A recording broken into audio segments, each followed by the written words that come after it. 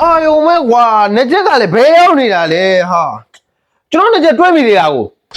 မင်းနဲ့ချက်မင်းမမင်းသိန်းတာလीငါသိန်းတာမှမဟုတ်တာကွာဘလို့လောက်စီမှာအာယုံမဲကွာအခုဒီတိုင်းထိုင်မနေနဲ့ဗျာအခုချပဲဟိုဟိုချီးတော့ပဲကွာပြောငါရှာပေးမယ်ဟ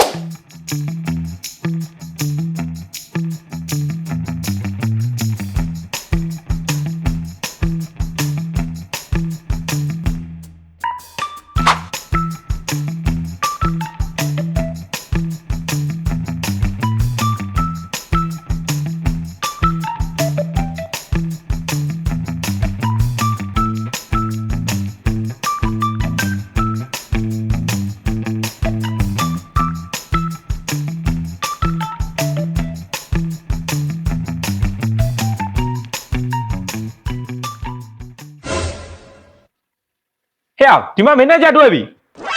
ဘလို့တော့ဘာဖြစ်လို့လဲတချင်းနားမတော်ညင်တော့လို့တချင်းနားမတော်ညင်တော့လို့ဘာလို့ငါ့ကိုရှာခိုင်းတာလဲ